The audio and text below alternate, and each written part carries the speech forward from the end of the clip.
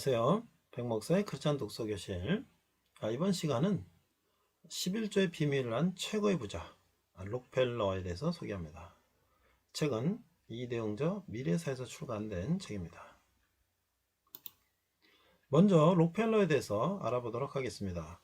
존 데이비슨 록펠러는 미국의 사업가이며 대부호입니다.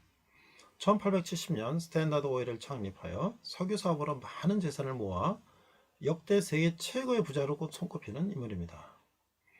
2010년 현재 세계 최대 석유 기업인 엑슨모빌도 그가 세운 스탠다드 오일에 그 기원을 두고 있습니다.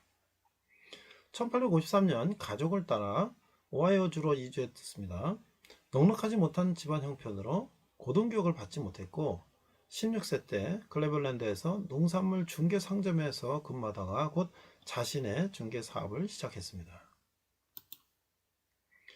1859년 펜실베니아에서 석유 광맥이 발견되자 1862년 석유 정접에 손을 대었습니다.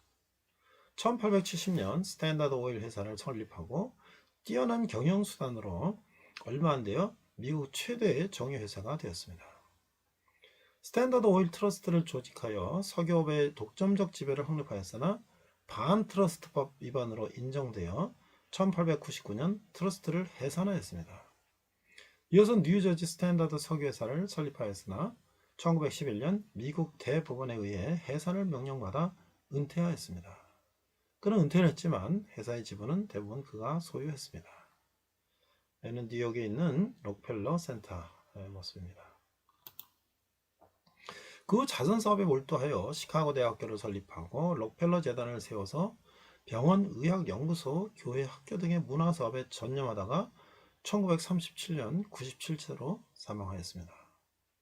그는 1년 4년을 남겼는데 이들 존 디 록펠러 2세가 사업을 계승하였으며 부통령을 지낸 넬슨 록펠러 등 그의 많은 후손들이 정계 재계에서 활동하며 미국의 유명한 록펠러 가문을 형성했습니다. 왼쪽에 보면 록펠러의 노년의 사진인데요. 미국은 스티브 잡스부터 록펠러까지 왜 그들은 성공한 사업가를 가르칠까?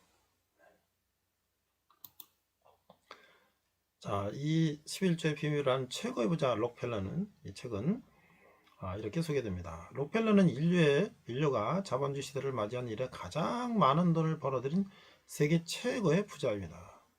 그가 벌어들인 돈은 현재의 가치로 따져서 빌 게이츠의 3배에 달한다고 합니다. 우리가 알다시피 빌 게이츠는 어마어마한 부자죠. 그런데도 현재 가치로 그보다 3배가 더 부자라고 하면 과연 록펠러는 얼마나 어마어마한 부자가 되겠죠? 이 책은 미국 전체 석유의 95%를 독점하면서 세계 최고의 부자가 되었던 록펠러의 평전입니다. 특히 이 책은 기독교인으로서의 록펠러에 주목하고 있습니다. 이 책을 읽고 나면 독자들은 록펠러가 어떻게 세계 최고의 부자가 되었는지 확연하게 알 수 있게 됩니다. 그는 가난한 가정에서 태어나 자수성가를 해서 억만장자가 되었지만 억만장자가 된 뒤에도 근검 전략 정신으로 일관했습니다. 그는 일기를 쓰듯 평생 회계장부를 철저히 썼으며 수입을 온전히 계산해 온전한 11조를 하나님께 드렸습니다. 그는 학교에 들어가기 전부터 어머니의 가르침에 따라 98세로 세상을 떠날 때까지 한 번도 빠짐없이 수배 10분의 1을 헌금으로 하나님께 드렸다고 합니다. 세계 최고의 부자간 뒤에는 11조를 계산하기 위해 별도의 11조 전담부서에 직원을 40명이나 둘 정도였습니다. 고등학교를 졸업하자마자 작은 회사의 사원부터 성실하게 일해온 사업가 록펠러의 삶과 온전한 11조를 드리면 하나님의 복을 받을 수 있다는 성경 말씀대로 행한 기독교인 록펠러의 삶이 서로 교차하며 신앙에 근거한 신실한 삶이 가져다주는 성공의 미덕을 보여줍니다. 또한 노년에 이르러 자신의 부를 자선사업에 아낌없이 쏟아부음으로써 기감이 된 그의 모습에 집중합니다. 목차를 잠깐 살펴보면 11조 2센트 록펠러의 가족, 들성부른 떡잎, 어머니의 신앙, 달란트의 발견, 직장을 구하다, 성실과 정직, 사업의 시작, 자선활동과 신앙, 석유왕 록펠러, 본격적인 사업, 석유의 시대, 스탠다드 오일, 최고의 기업으로. 스탠다드 제국. 그 다음에 자선왕 록펠러, 쏟아지는 비난, 인생의 하프타임. 자선도 사업처럼. 11조의 비밀입니다. 11조 록펠러, 교육발전과 의학연구, 자선의 트러스트. 네, 우리는 록펠러가 가장 부자라고 생각했고, 더 독점적으로 그가 운영을 해 사업을 해서 부자가 됐다고 하지만, 그는 이제 또 노년에 자선 사업을 통해서 많은 사회에 기여하고 기부하고 또 학교를 세우고 이런 신앙인으로서의 삶을 살면서 그 후손들이 아주 훌륭하게 된 그런 가문을 일궈낸 사람입니다. 우리는 부자로서의 록펠러와 또는 사업가로서의 록펠러 또는 신앙인으로서의 록펠러를 이 책을 통해서 한번 살펴보면 좋을 것 같습니다. 이상 백목사의 크리스찬 독서기실이었습니다. 네, 오늘 말씀은 사도행전 두 번째 시간으로서 아나니아와 삽비라가 죽음 이라는 제목으로 말씀을 나누고자 합니다. 오늘은 사도행전 5장 3절 한 절을 한글과 영어로 자막을 보면서 함께 읽도록 하겠습니다. 사도행전 5장 3절, 베드로가 이르되 아나니아야 어찌하여 사단이 네 마음에 가득하여 내가 성령을 속이고 땅값 얼마를 감추었느냐. NIV 성경을 보면 Acts chapter 5 verse 3, Then Peter said, Ananias, how is it that Satan has so filled your heart that you have lied to the Holy Spirit and have kept for yourself some of the money you received for the rent. 이렇게 돼 있어요. 자, 우리가 이게 사도행전을 우리가 지난 시간에 성령 강림 한 내용들을 우리가 나눴고요. 두 번째 시간으로서는 시련을 통해서 성장하는 교회, 4장에서 6장을 보면 신앙은 시련을 통해서 단련되고 성장하며 성숙하는 것이다. 초대교회도 예외는 아니었다라고 하는 것이죠. 이것은 언제나 그러듯이 사탄과의 영적 전쟁인 것이다. 자, 물리적인 박해가 4장 1절과 5장 17절 이하에 나오는데요. 누가복음에는 제자들이 받을 핍박에 대한 예수님의 예언이 나오죠. 미움과 모욕과 거절과 재판받음과 박해와 옥에 갇힘은 예수님과 그를 따르는 제자들 베드로와 요한뿐만 아니라 사도행전에 등장하는 믿음의 인물들 스테반이나 야고보, 바울 등에게도 동일한 운명으로 찾아오게 되는 것을 우리가 보게 되는 것이죠. 이 첫 번째 박해가 4장 1절에 3절에 보면 체포와 투옥과 재판과 경고와 석방, 그러나 또 담대히 증거하고 담대히 말씀을 전파하게 해달라고 기도하는 모습들이 나오는 것이죠. 두 번째 박해를 보면 5장 17절 이하를 보면 체포와 투옥과 재판과 금지령과 매질과 석방이 있었고 또 지속적으로 순종함으로 그리스도를 위해 능욕받음을 감사 찬양했다라고 하는 것을 우리가 볼 수가 있는 것이죠. 핍박은 성령의 인도를 받는 교회로 하여금 기도와 찬양으로 끌었다라고 할 수가 있어요. 그 결과 교회는 박해 속에서도 더 담대히 복음을 전하게 되었다라고 하는 것이죠. 자, 오늘 이제 우리가 아나니아와 삽비라의 범죄를 우리가 다루게 될 텐데요. 자, 이게 두 번째 시련은 초대교회 공동체 내부에서부터 시작하게 되는데 초대교회가 가진 가장 아름다워야 할 나눔과 섬김의 일이 거짓으로 얼룩지는 것을 보게 됐다. 교회 공동체의 순결을 위해서 이 문제는 일벌백계의 차원에서 강한 심판을 받았는데 당대의 독자들에게도 충격적인 이 사건은 교회의 진리가 무엇인지에 대한 진지한 고민을 하게 되었다라고 할 수 있죠. 자, 이 또 구제에서 제기된 이 과거의 문제가 또 생기죠. 언어에 따라 모이는 가정교회 특성상 초대교회는 작은 갈등을 겪게 되죠. 그리고 헬라파 과부들이 구제의 대상에 제외된 일로 인해서 갈등이 폭발하게 됐어요.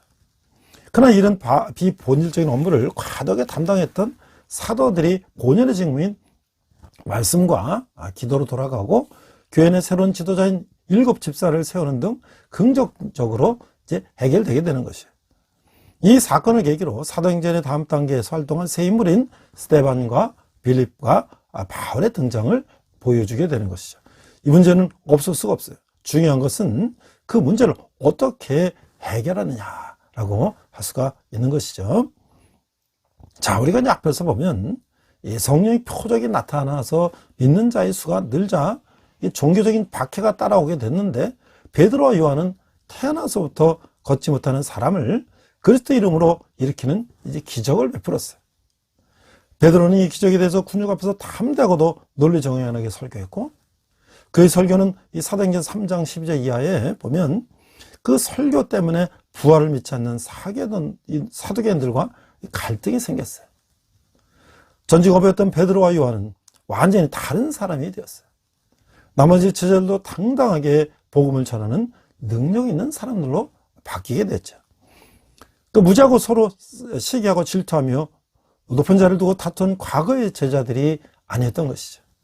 그들은 이제 로마 당국이 주시하는 요주 인물이 되었다고 하는 것이에요. 자, 우리가 이제 베드로를 한번 살펴보게 되면 세상을 변화시킨 지도자다. 예수님의 제자들 가운데 베드로만큼 극과 극을 달린 제자는 없을 것이에요. 그는 죽는 데까지 예수님을 딸이라고 맹세했지만 한 여자 몸종이 말해 주님을 부인했다가 죽기까지 주님의 이름을 증거하는 사람이 됐다는 것이죠. 베드로는 예수님을 증거할 때 어떤 위험과 적이가 닥칠 것이라는 것을 알았죠. 그럼에도 그가 성령의 능력을 받았을 때 오직 예수의 이름을 증거했어요. 그때 당국자들은 그를 이상하게 생각했어요. 그들은 베드로와 요한을 본래 학문 없는 범인으로 알았기 때문에 그 막힘없이 말함을 보고 놀란 것이죠. 당국자들은 베드로의 모습 속에서 그 힘의 원천을 깨달았던 거예요. 즉 그들은 베드로가 예수와 함께 있었다는 것을 회상하게 되었던 것이죠.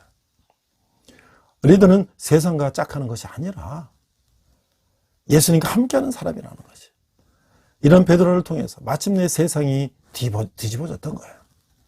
세상을 뒤집어 놓은 사람들에게는 예수님과 참된 만남이라는 삶의 전환점이 반드시 있었던 것이죠. 그런 그들에게 하나님은 능력과 대담함을 주셨고 그들은 주님을 담대하게 증거했던 것이죠. 당자들 앞에서 베드로의 대답은 명확했어요. 우리는 보고 들은 것을 말하지 아니할 수가 없다. 이게 사도행전 4장 1절 말씀이죠. 자, 오늘 아나니아 삽비라의 사건을 우리가 성경 읽으면서 확인해 보도록 하겠습니다. 사도행전 5장 1절에서 6절을 보면 1절, 아나니아라는 사람이 그의 아내 삽비라와 더불어 소유를 팔아 그 값에서 얼마를 감추매 그 아내도 알더라. 얼마만 가져다가 사도들이 팔 앞에 두니 베드로가 이르되 아나니아야, 어찌 사단이 내 마음에 가득하여 내가 성령을 속이고 땅값 얼마를 감추었느냐. 땅이 그대로 있을 때에는 네 땅이 아니며 판 후에도 네 마음대로 할 수가 없더냐. 어찌하여 이 일을 네 마음에 두었느냐. 사람에게 거짓말하는 것이 아니오 하나님께로다. 아나니아가 이 말을 듣고 엎드러져 혼이 떠나니 이를 듣는 사람이 다 크게 두려워하더라. 젊은 사람들이 일어나 시신을 싸서 메고 나가 장사하니라. 자, 5장 1절에 보니까 그 값에서 얼마를 감추매로 번역된 에노스파사라는 말은 이 70역에 보면은 여호수아 7장 1절에도 나오는데 그게 바로 뭐냐면 아간의 사건이었다. 아간이 이거 외투와 몇 개를 이제 훔쳤잖아요. 그래서 전쟁이 지게 됐잖아요. 그래서 아간이 이제 징벌을 받게 되는 것이에요. 같은 이제 의미로 감췄다라는 말을 사용했다는 거예요. 5장 3절에 보면 성령을 속이고, 성령께 대한 죄는 사함을 받지 못한다. 사단은 대적자라는 뜻으로 원래 천사장 중에 하나였으나 타락해서 마귀가 된 것이죠.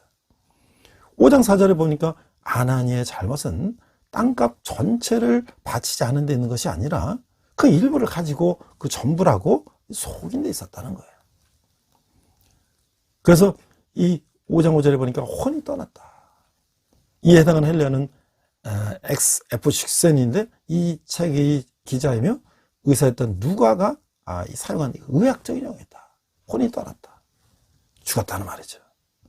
삶을 나누며 가진 것을 나눈다는 것은 매우 아름다운 일이지만 결코 쉬운 일은 아닙니다. 아나니아는 자신의 소유를 팔아 일부를 감추고 그 나머지를 전부인 양 속이며 사도들에게 내놓았죠. 하나님께 제물을 바치는데 많고 적음은 중요하지 않는 거예요. 저들께서 제물을 내놓는 것은 절대 강요가 아니었던 것이죠. 그러므로 자기 믿음의 분량대로 하면 될 일이었는데 아내는 그 일에 실패하고 말았던 거예요. 그가 사도들을 속인 것은 궁극적으로 성령을 속인 것이에요. 어쩌면 아나니아는 제물을 다 바치는 사람의 믿음이 큰 것이라 생각하며 남들에게 인정받고 싶어서 자신의 믿음을 부풀렸는지도 몰라요. 성령이 우리에게 원하시는 것은 자신의 믿음을 실천하는 삶이라고 하는 거예요.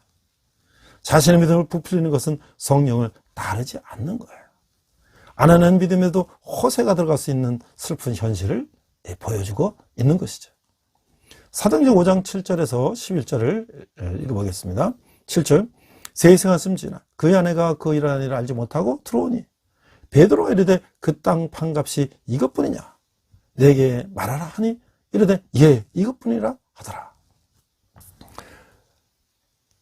베드로가 이르되 너희가 어찌 함께 꾀하여 주의 영을 시험하라느냐 보라 네 남편이 장사하고 오는 사람들의 발이 문 앞에 이르렀으니 또 너를 메어 내가리라 하니 곧 그가 베드로의 발 앞에 엎드려져 혼이 떠나는지라 젊은 사람들이 들어와 죽은 것을 보고 메어다가 그의 남편 곁에 장사하니 온 교회와 이 일을 듣는 사람들이 다 크게 두려워하리라 하니라. 자, 이 삽비라는 남편 아나니아가 땅의 판단의 일부를 알았지만 남편과 똑같은 거짓말에서 똑같이 죽음에 이르러요. 이들은 불의한 꾀하고 주의 영을 시험을 했어요. 삽비라는 거짓말하면서도 베드로 앞에서 당당한 거예요. 아나니아와 삽비라의 모습은 재물에 인간의 욕심이 얼마나 큰지를 보여주고 있어요. 재물에 대한 욕심은 죽음을 불러오기도 하는 것이죠. 죽으면 그 재물이 아무 소용도 없는데 그것을 깨닫기 위해 목숨을 대가로 내놔는 것은 참으로 안타까운 일인 것이죠. 생명보다 중요한 재물은 없는 것이니까요. 5장 7절에 보니까 3시간쯤 지나 아마 3시간마다 제3시, 제6시, 제9시 이렇게 기도 시간이 있었는데 어쩌면 기도 모임에 참석하러 온 것일지도 몰라요. 그 5장 9절에 보니까 주의 영을 시험하라느냐. 하나님을 시험하는 것은 절대로 금지되어 있었는데 신명기 6장 16절에 보면 너희가 마사에서 시험한 것 같이 너희 하나님 여호와를 시험하지 말고 또 마태복음 4장 7절에 보면 예수께로 시되 또 기록시되 주 너희 하나님을 시험하지 말라 하였느니라 하시네. 그리고 이제 11절에 보면 온 교회라고 하는데 이것은 사도행전에 나타난 교회에 대한 첫 언급이에요. 교회에 해당하는 헬라어 에클레시아는 70인역에서 보면 그 배경을 찾아볼 수가 있는데 그 70인역에서는 때때로 이스라엘의 회중이라는 이름으로 사용돼요. 회중이라는 건 뭐예요? 모인 무리라는 것이죠. 모일 회자에다 무리 중자. 그러므로 예수를 따르는 무리들은 하나님의 새 백성이며 그들은 주의 옛 회중을 계승하는 사람들이다. 에클레시아는 아웃 오브 콜이라는 거예요. 부름받은 사람들이라는 뜻이에요. 교회라는 것은 건물을 의미하는 것이 아니라 부름받은 사람들의 모인 그 무리들을 우리가 교회라고 하는 것이죠. 오늘 제가 아나니아 삽비라를 통해서 인간이 얼마나 이 금전에 약한가, 얼마나 이 재물에 대한 욕심이 강한가를 전 대통령의 사례를 통해서 우리가 한번 볼 수가 있는데요. 최근에 서울의 봄이라는 이 영화가 이제 장안의 아주 대흥행이라고 합니다. 사실 저는 이 영화를 보지 않았습니다. 저는 79년, 80년도 대학을 다니면서 진짜 11.6 사건과 5.18과 이런 것들을 직접 대학교 다니면서 휴교하면서 또 그 후에 여러 가지 신문과 그 후에 일어났던 대학 내에서의 어떤 대자보들을 통해서 그 사건을 낱낱이 기억하고 있기 때문에 사실 지금 영화라고 하는 것은 그것을 좀 과장되게 부풀리고 뭔가 어떤 그런 픽션을 가미했기 때문에 사실과는 좀 부풀린 것들이 있죠. 모든 인간은 공과 가가 있는 마련인 것이죠. 저는 제가 오늘 보지 않았지만 그러나 이 전두환이라는 사람은 우리 역사에 큰 오점을 남긴 것은 분명하죠. 물론 그가 나중에 대통령이 되고 뭐 경제를 살리고 어떻게 했다는 것이 있지만 그것은 뭐 그가 잘한 것보다도 그날 그 시대적인 경제 상황이 호전됐을 때 뭐 편성하고 때 물론 이제 경제 장관들에게 뭐 권한을 위임하고 했지만 사실 대통령의 경제를 어떻게 합니까? 자, 이게 그래서 이제 그 당시 전두환이 대통령이 물러나고 또 감옥도 가고 뭐 여러 가지 이제 그런 과정 중에 그가 부정축제한 재산을 환수하라는 이제 검찰에 이제 기소가 있고 또 재판을 받고 있는 과정 속에서 그때 나온 기사들이 이런 기사들이 있어요. 검찰은 불법 증여 등을 통한 자녀들 재산 외에 또 다른 은닉 재산이 있을 것으로 보고 있다. 전 대통령은 퇴임 당시 청와대에서 1,000억을 챙겼다는 의혹이 있으며 재벌 30명으로부터 5천억을 받았다는 의혹도 있다고 한다. 가족 일가가 3천억의 비자금을 조성했다는 설도 있고 또 다른 사람들 명의로 1조 원이 남겨져 있다는 소문도 있다. 사실 이 내용들은 우리가 거의 예측하는 바죠. 또 실제로 그 손자뻘 되는 청년이 그 할아버지 할머니들 얘기를 이렇게 유튜브에 공개한 내용도 있고요. 자, 그래서 이 전 대통령은 1997년 비자금 사건으로 추징금 2,205억 원을 확정 선고됐는데 17년 동안 낸 금액은 전체 추징금의 24%인 533억에 불과했다. 검찰은 추징금 내역 집행이 부진하자 2003년에 그의 재산을 공개해달라는 재산 명시 명령을 법원에서 받아내서 전 대통령 자택의 별채와 가재도구들을 감유해서 경매 처분하게 됐다.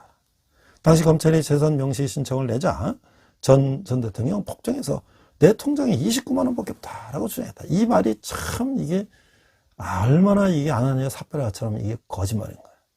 어떻게 자기 통장에 29만 원밖에 없다고 얘기할 수가 있는 거야. 이게 얼마나 많은 사람들의 이 회자가 됐는지 정말 유명한 이 말이 됐어요. 전 대통령은 3년 전 강연료 300만 원을 납부한 이후에 지금까지 한 번도 추가로 납부하지 않고 있다. 자, 근데 이제 전두환 대통령이 전직 대통령으로서 국민에게 면목이 없다라고 이제 이야기를 했는데 검찰의 16일 전두환 전 대통령이 미납 추징금 집행을 위해서 서울 연희동 자택에서 고가의 미술품 등을 압류했어요. 검찰은 이날 장남 전 재국 씨죠. 차남 전재영 씨 등 전 대통령의 자녀와 친인척 집 5곳과 장남 재국 씨 소유의 시공사라는 출판사를 또 장남이 갖고 있었죠. 사무실도 모두 17곳에 대해 압수수색을 벌였어요. 서울중앙지검은 전단 추징금 집행 전담팀은 16일 오전 9시부터 서울중앙지검 외사부와 국세청 등 관련 기관에서 지원받아 구성한 수사진 87명을 전 대통령의 자택과 시공사 등에서 보내서 내부 문서와 회계자료, 컴퓨터 하드디스크 등을 확보했으며 이대원 화백의 작품 등 고가의 미술품과 도자기 등 100여 점을 압수했다. 그 연희동 자택에 검사와 수사관 7명이 들어서자 전 대통령 내외는 당황한 표정을 보이면서 압류 절차 전 과정을 지켜본 것으로 전해졌다. 특히 전 대통령, 수사검사에게 전직 대통령으로서 이런 일을 보여서 국민들에게 면목이 없다라고 말했다고 검찰 관계자가 전했다는 거예요. 검찰은 연희동 사저와 경기도 연천군의 허브빌리지, 장남 재국씨 소유인데 저도 이제 연천의 그 한탄강변에 허브빌리지라는 곳을 한두 번 가봤는데요. 아주 경치 좋은 그 전방에 이제 있는데 지금은 뭐 소유가 다 넘어간 걸 알고 있는데 거기서도 값비싼 그림과 도자기 등 현금성 자산 100여 점을 발견하고 실소유자가 누군지 확인하고 있다. 검찰 관계자는 자택에 있는 물건 중에 그냥 가져올 수 있는 것도 있고 소유권이 불분명한 물건은 압류 딱지만 붙여놓고 왔다라고 말했다 하는 거예요. 이날 압수수색 대상은 장남 전재국 씨의 회사 시공사에서 서초동에 있는데 또 허브빌리지 등과 전제국, 전재용, 전효선, 이창석, 이제 사위까지 손춘지, 이 동생 정경환이 또 있었죠. 부인의 그 주거지 등을 이제 압수수색했다는 거예요. 도서출판사인 시공사는 페이퍼 컴퍼니 설립으로 비자금 은닉 의혹을 받는 전 전 대통령의 장남 재욱 씨가 1990년 설립한 회사다. 허빌리지는 재욱 씨가 소유한 야생화 단지다. 서울지검 이진한 2차장 검사는 전 대통령 뇌물수수 사건의 미납 추징금 1672원을 물리기 위해서 압수수색을 했다. 라며 마당 땅속 등 현장 압수수색을 위해서 금속 탐지기까지 들고 왔다라고 말했다고 하는 거예요. 그는 또 버진 아일랜드를 포함해 전 대통령의 재산이 은닉된 것으로 추정되는 곳에 모든 수사를 계속할 것이다 라고 밝혔다는 거예요. 한 나라의 대통령을 지낸 사람으로서 이 국제적인 망신을 자초하는 일이죠. 제3세계 후진국도 아니고 올림픽과 월드컵을 치른 세계 경제 10위권을 다투는 나라의 전직 대통령으로서 이 부끄러움이 짝이 없는 노릇이에요. 저도 그분의 마음에 성령이 없기 때문이라고 생각해요. 성이 없으면 양심도 체면도 남의 의식도 무시하게 되는 것이죠. 궁극적으로 하나님을 의식하지 않는 삶을 살게 되는 거예요. 우리가 무슨 나쁜 짓을 할 때 양심의 가책을 느낀 적이 있죠. 그것은 우리에게 양심이 있기 때문인 거예요. 양심도 하나님께서 주신 것이라는 거죠. 같이 이제 군사 쿠데타를 일으켰던 노태우 전 대통령은 이 추징금을 다 냈어요. 그리고 이제 또 아들 노재현 씨를 통해서 망월동 5.18 묘에 가서 사과도 하고, 그래도 그 사람은 나란히 쿠데타를 일으켰지만 그래도 양심이 조금이라도 있는 사람인데, 전두환 이 사람은 전혀 그 양심을 끝까지 찾지 못하고 결국 죽은 후에 그의 화장된 유골은 아무데도 묻히지 못하고 지금 연해동 자택에서 머무르고 있는 것을 보면 정말 죽을 때까지 그 채물에 대한 욕심을 버리지 못하는 인간의 말로가 어떤 것인가를 우리는 알 수가 있는 것이죠. 자, 그런데 이제 우리가 사도행전 4장 32절 37절을 보면 이런 아름다운 모습이 나타나는 거예요. 초대교회의 아름다운 모습. 자, 물건을 서로 통용하다. 32절 보니까 믿는 무리가 한 마음과 한 뜻이 되어 모든 물건을 서로 통용하고 자기 재물을 조금이라도 자기 것이라 하는 이가 하나도 없더라. 사도들이 큰 권능으로 주 예수의 부활을 증언하니 우리가 큰 은혜를 받아 그 중에 가난한 사람이 없으니 이는 밭과 집 있는 자는 팔아 그 판 것의 값을 가져다가 사도들의 발 앞에 두매 그들이 각 사람의 피를 따라 나눠줍니다. 구브로에서 난, 구브로라는 건 키프로스죠. 지중해 키프로에서 난 레이족 사람이 있으니 그 이름은 요셉이라. 사도들이 이르러 바나바라. 이 번역하면 위로의 아들이라는 뜻인데, 이 바나바라 하니 그가 밭이 있음에 팔아 그 값을 가지고 사도들의 발 앞에 두니라. 하나님하고는 상당히 상반되는 아름다운 모습이죠. 기도로 하나가 된 초대교회 성도들은 하나님의 공동체가 어떤 모습인지 보여주고 있는 거예요. 그것은 자신의 이익을 추구하지 않고 다른 사람들의 필요를 채워주는 모습인 것이죠. 그들은 자신의 것을 서로 나누며 다른 이들의 삶에 관심을 갖고 있어요. 나중에 바울을 인도해 준 이 바나바도 자신의 밭을 팔아 내놓는 거예요. 그것이 하나님의 방식임을 알았기 때문인 것이죠. 하나님의 뜻을 위해 자신의 소중한 재산을 팔 수 있는 사람은 자기의 삶을 내놓을 수 있는 사람인 것이죠. 하나님의 공동체는 이렇듯 나를 내놓는 공동체라고 하는 거예요. 자, 이 바나바를 우리가 한번 살펴보면 이 바나바는 위대한 지도자의 가능성을 보는 지도자다. 자, 위대한 지도자의 리더십 가능성을 알아보는 통찰력을 갖고 그 가능성을 보는 지도자가 있어요. 모두가 비난하고 의심할 때 바울을 믿어주고 신뢰하며 추천하는 리더십은 그리 쉬운 것이 아닌 것이죠. 옥에 갇히던 이순신을 사면시켜 백의종군하게 한 이 정탁이 없었다면 오늘날의 충봉은 없었을 것이다 라는 것과 마찬가지인 것이죠. 당신은 한 사람이 좌절할 수밖에 없는 처지에 있을 때 권면하고 위로하며 지도자로 설 수 있도록 밀어낸 경험이 있는가? 아직 불확실한 점이 많은 사람을 지도자로 추천하는 것은 자신의 명예와 장래를 거는 일인 것이죠. 이때 지도자는 참 용기가 필요한 거예요. 바나바는 한 사람을 추천하며 자신이 얻을 어떤 이권도 계산하지 않은 순수했기 때문에 위대한 사람이었다라고 하는 것이죠. 시간이 지나며 바나바와 사울이란 호칭이 차츰 바울과 바나바로 바뀌는 것에서 보듯이 자신을 도왔고 세웠던 바울이 자신보다 더 큰 지도자로 떠오르는 것을 전혀 거르지 않았어요. 오히려 기뻐했을 것이. 바나바는 바울이 자신의 분야 순수했기 때문에 위대한 사람이었다. 그리고 자신이 그 분야에서 뛰어난 지도자가 됐을 때도 기꺼이 곁에서 도와준 사람이 바로 참으로 겸손하고 그런 지도자였다. 위대한 사람을 지도자로 끌어올 수 있는 인물이었다는 거예요. 우리는 바나바의 생을 통해서 가능성 있는 지도자를 알아보고 멘토링해서 자신보다 더 큰 지도자를 길러내는 삶을 배워야 하는 것이죠. 바나바는 물질의 헌신 이상으로 기억되는 지도자였던 거예요. 그래서 그는 오랜 세월 속에서도 요셉이라는 이름보다 바나바 곧 권위자로 기억되고 일컬어지고 있다고 하는 거예요. 자, 제가 이제 군 선교사로 이제 한 10여 년을 지금 살고 있는데요. 이제 얼마 이제 남지가 않았습니다. 정년이 얼마 남지가 않았다는 거죠. 자, 근데 제가 이제 군대교회를 이제 이렇게 살아가면서 사실 뭐 10만 원짜리 몇 개 이게 후원금 가지고 애들 빵 사주고 이렇게 하면서 그런 이제 뭐 이렇게 추석 때 뭐 이럴 때 뭐 설날 때 또는 성탄절 뭐 연말 이럴 때 아무도 온 사람이 없어요. 그래서 제가 이제 이들에게 청년들에게 군에 있는 청년들에게 좀 위로할 겸 제가 어디 가서 이제 부탁을 해야 되나. 그래서 온누리교회 제가 출신이기 때문에 목요일날 저녁 온누리교회 기도 모임에 제가 참석했어요.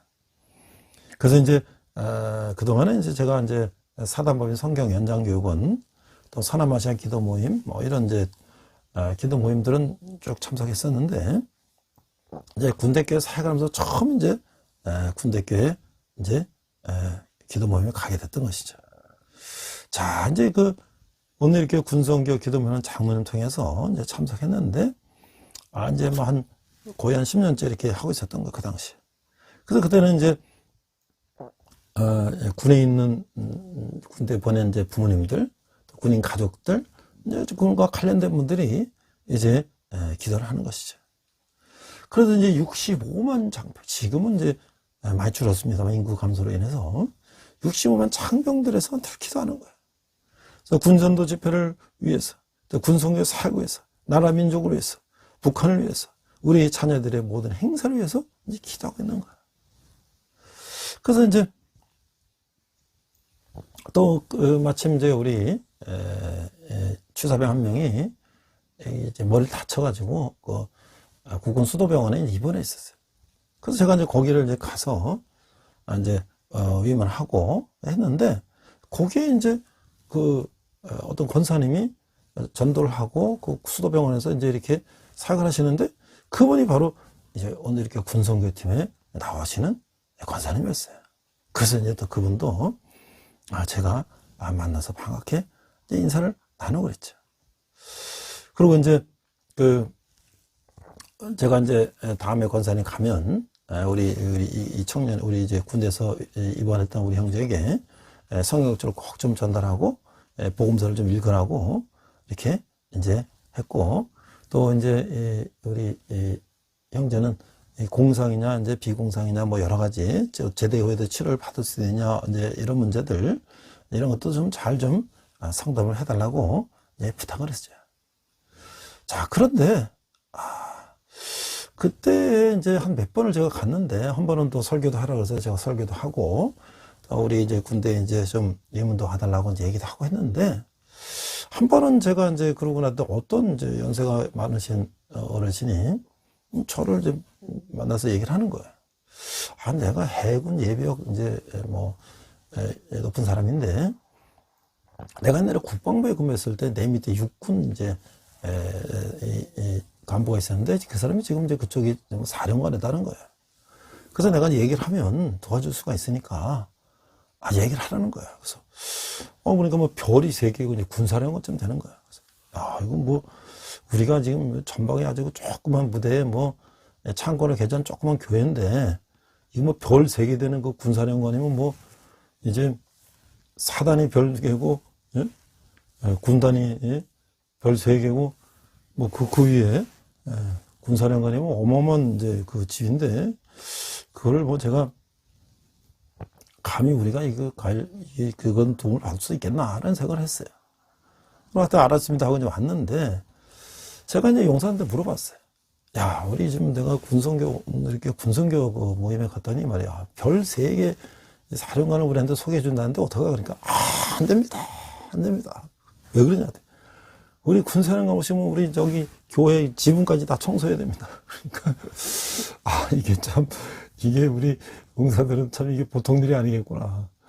그래서, 그래, 알았다. 내가 그냥 없던 일을 하지. 이제 이랬는데, 한 번은 이제 우리, 상급부대 여단에 이제 군종 목사님을 만나서 이런저런 얘기 하다가, 제가 이제 그런 얘기를 했어요. 이제 이런 일이 있었는데, 이거 뭐, 어떻게 됩니까? 그랬더니, 또 그 군종 목사님이 이렇게 얘기하는 거예요. 목사님, 사람을 연결 주시는 것도 하나님이신데, 뭐 도와주신다면 도움을 받는 것도 좋지 않겠습니까? 또 그렇게 말씀하시니까 또 그것도 그래요. 그래서, 그러면 우리 뭐 한 달에 빵 한 10만 원, 후원 정도 해주시면, 우리가 이제 애들 빵 사주는데 도움이 되겠다 생각해서, 뭐 한번 그렇게 한번 해볼까 하고, 이제, 다음에 가서 얘기를 해야 되겠다라고 생각을 하고 있었는데, 그때 이제 뉴스가 나왔어요. 박근혜 대통령 때 얘기했는데, 그분이 바로 이제 어디 지방에 이제 고등학교 동창회 가서, 이제 동창들이 또 이제 막 술도 먹이고 그랬겠죠? 그 술이 많이 취했어요. 그래갖고 고속도로 타고 올라오다가, 이제 화장실에 이제 가서 이제 볼일 보는데, 그런 이제 그 별 높은 사람이니까 이제 헌병들이 이제 통제를 하고 좀 그랬나 봐요. 그러니까 이제 민간인들이 항의를 하죠. 군인들이 말이야, 화장실을 또 통제하고 뭐. 자, 이래가지고 그게 이제 뉴스에 나온 거예요. 그러니까 이제 그날로 바로 박근혜 대통령이 보직 해임을 시켜버렸어요. 자, 이게 말이죠. 우리 인간의 생각으로 우리는 이 별자리 높은 이 사령관을 이제 우리가 알게 되면 우리 여러 가지 이제 뭐 도움도 받고 이제 이런 생각을 했는데 그분은 사실 그분이 일부러 그러는 것도 아니고 어떻게 하다 이제 동창회 가서 술 먹고 어떻게 하다 그래 된 건데 좀 억울하겠죠, 본인은. 그럼 우리는 거기서 교훈을 얻은 거예요. 이게 하나님이 그런 것을 바로 한 번에 그냥 없던 일을 만드시는구나.